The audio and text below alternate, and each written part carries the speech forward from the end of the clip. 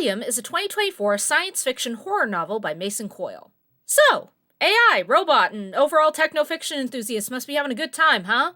Obviously, there's older stuff, classics like I, Robot and Do Androids Dream of Electric Sheep, and of course recent bangers like Cyberpunk 2077 and Detroit Become Human. They've all really gotten people into the Android and AI mood. But the ones I've just shown on the screen here were all released within the last few years, since AI has become one of the hot topics of the 2020s. So when I saw William, I thought, oh goody, more robots for me. So, on to the recap. Henry is a roboticist that lives with his pregnant wife, Lily. Suffering from agoraphobia, Henry almost never leaves the house and instead spends his time in his attic workshop working on his various projects.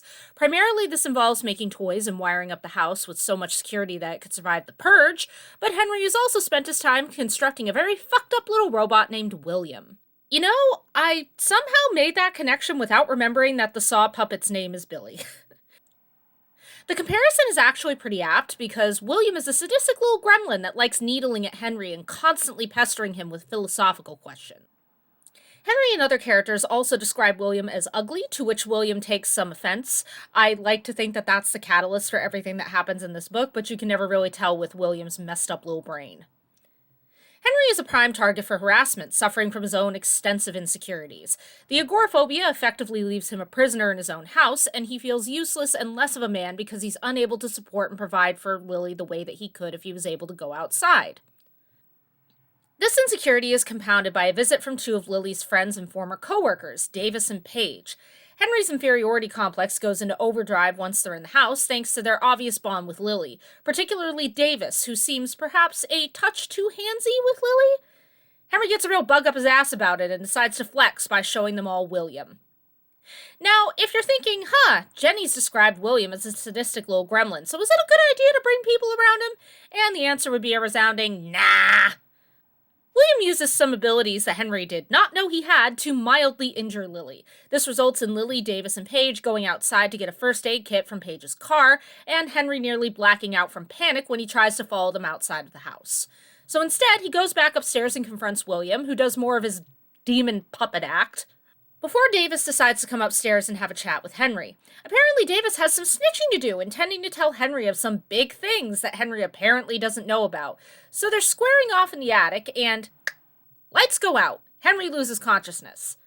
When he wakes up, Davis is gone. William eventually chooses to show Henry the footage of what happened while he was blacked out, and oopsie, looks like he beat the hell out of Loverboy and stabbed him in the chest. Shocked, Henry decides to curb stomp Billy, the bitch-faced demon, into the ground.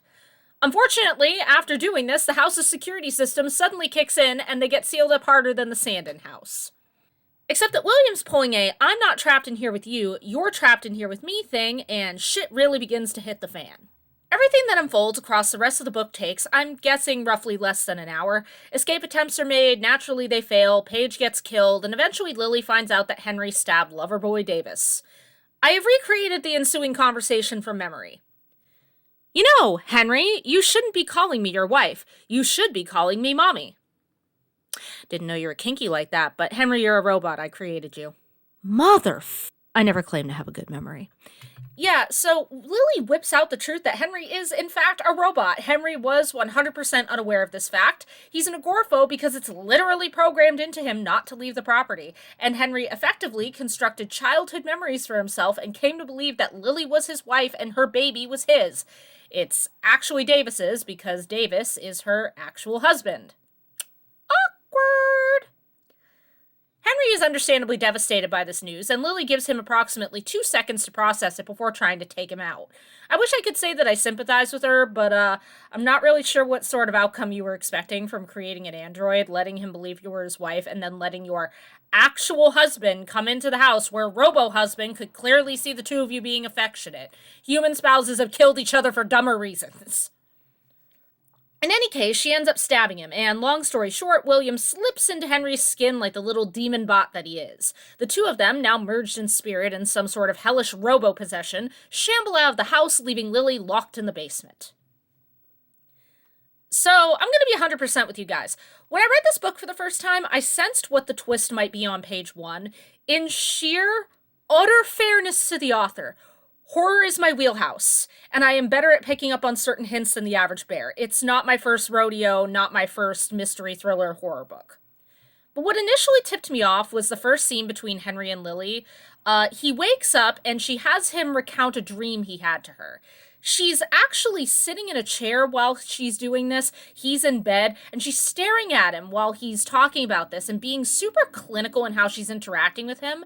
And I just kind of thought to myself, huh, this seems weird and not like how a wife speaks to a husband. I didn't think Henry was a robot immediately, but I did wonder if he was part of some sort of like experiment or if he was a prisoner of hers of some kind and Henry just didn't remember.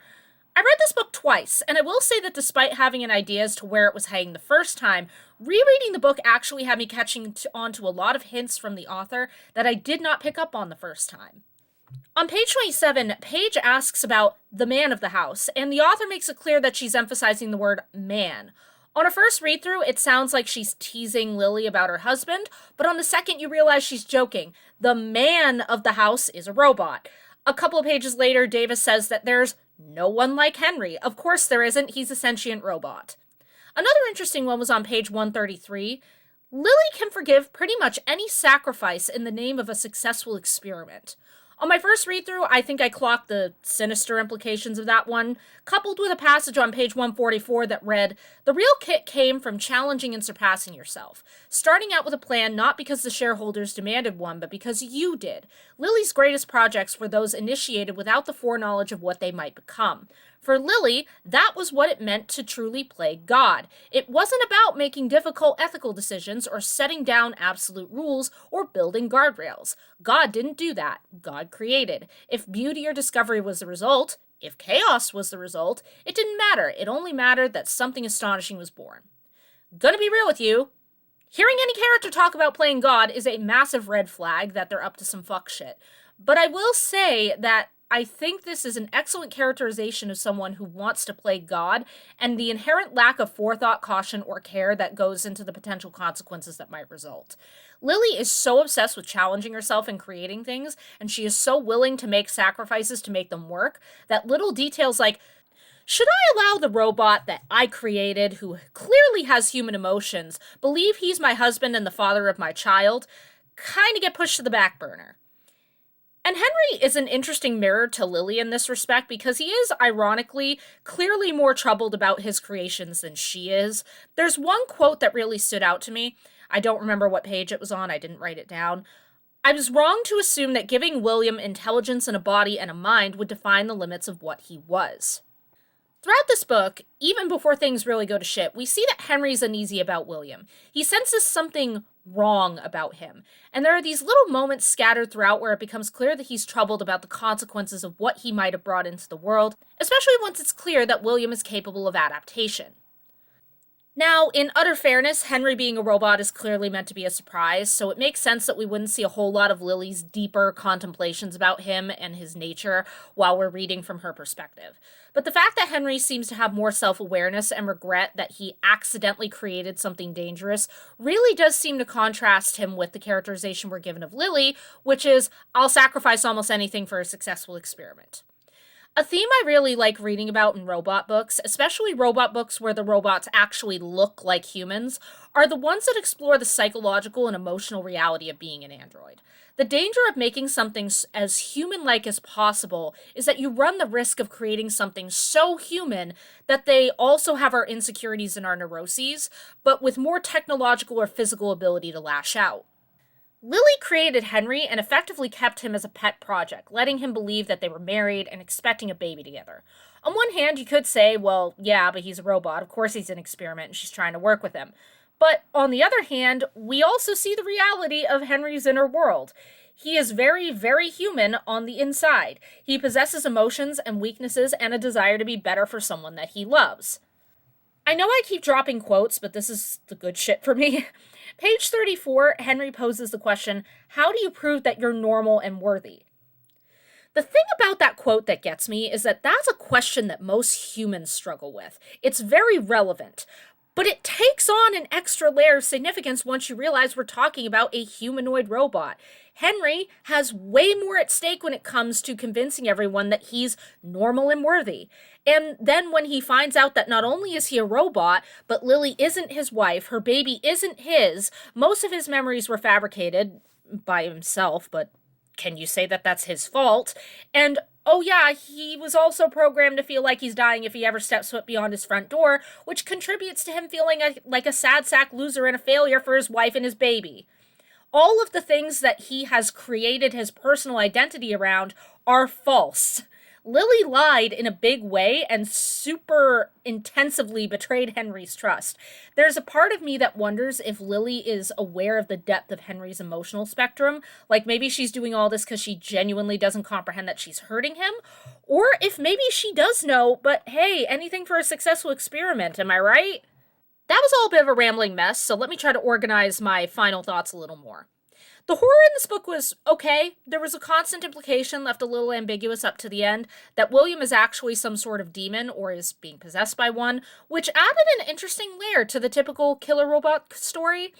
Obviously, the characters being trapped in the house with a killer robot adds to the tension as well, but overall, this isn't the scariest book I've ever read. I don't know if it was the writing style or the execution, or if maybe it was because there was such a small cast of characters and I sensed that Davis and Page were going to be the only ones in any real danger, but I ultimately didn't find this book that scary.